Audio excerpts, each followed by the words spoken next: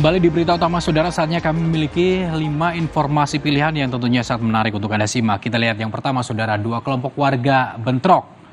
Bentrokan terjadi antara 2 kelompok warga di Inspeksi Kanal Karwisi, Kota Makassar, Sulawesi Selatan. Polisi pun harus melepaskan tembakan gas air mata untuk melerai pertikaian.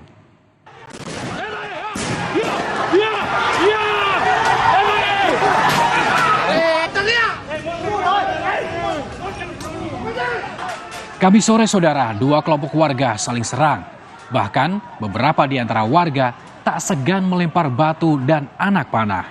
Beberapa orang terluka akibat bentrokan ini. Polisi tetap berjaga di sekitar lokasi kejadian untuk mencegah bentrokan susulan.